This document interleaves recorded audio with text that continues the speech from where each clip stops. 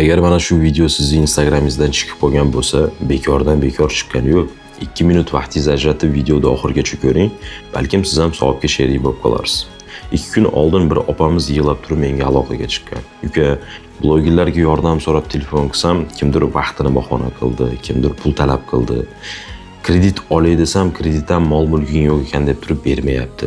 Bu narsamizni sotaylik desam, sotgani narsamiz yo'q.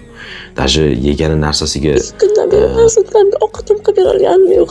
non topib bera olmayapman deb turib, yig'lab turib telefon qildi. Yordam bering deb. Opaga sharoit tushuntirdim. Opa, Allohga tavakkal qilib video joylashtirib beraman. Lekin umid qilmang, pul yig'ilmaydi, chunki meni yo'nalishim ehson emas deb turib tushuntirganman. Mana shu video joylashtirganimdan keyin baribir hariga oxiratini o'ylagan, savob ishlab ketaman degan insonlar bor ekan. 16 million pul yig'ilgan. Opani farzandini operatsiyasi uchun o'zi aslida 20 ming dollar pul kerak.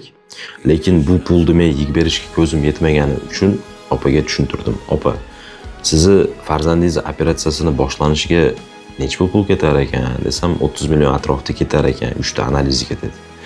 Opa, men 20 ming dollarni yig'ib berishga to'g'risi ko'zim yetmayapti.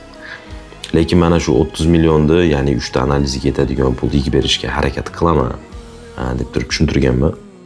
14 million pul qolibdi. Siz ehson qilishga imkoniyatingiz bo'lib turib ehson qilmayotgan bo'lsangiz, Allohga tavakkal qilib turib, dila interes o'zingiz uchun bitta ehson qilib ko'ring-da. Shunaqangi mazza ko'rasiz, ishoning.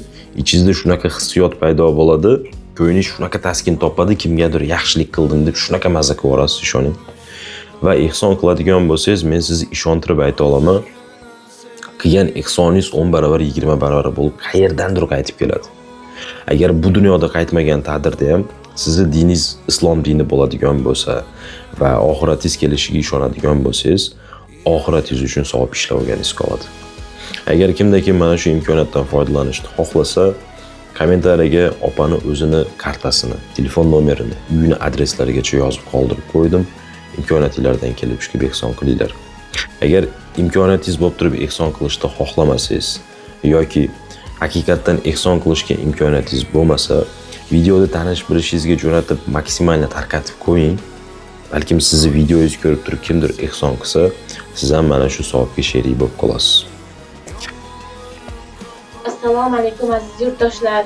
Bizlarga yordam qilinglar, iltimos. Men uchun emas, farzandim uchun. Farzandim Shohruzbek mana 4 yildan beri tuberozniy skleroz kasalligi bilan og'rib kelyapti. Ahvoli shu kunlarda og'irlashgani uchun iltimos qilib yordam so'rayapmiz sizlardan. Obormagan joyimiz qolmadi, obormagan doktorimiz qolmadi, iltimos sizlardan.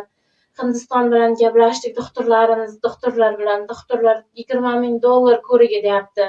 Bir kurslik chenamizda. Borishimizga yordam qilinglar, iltimos sizlardan.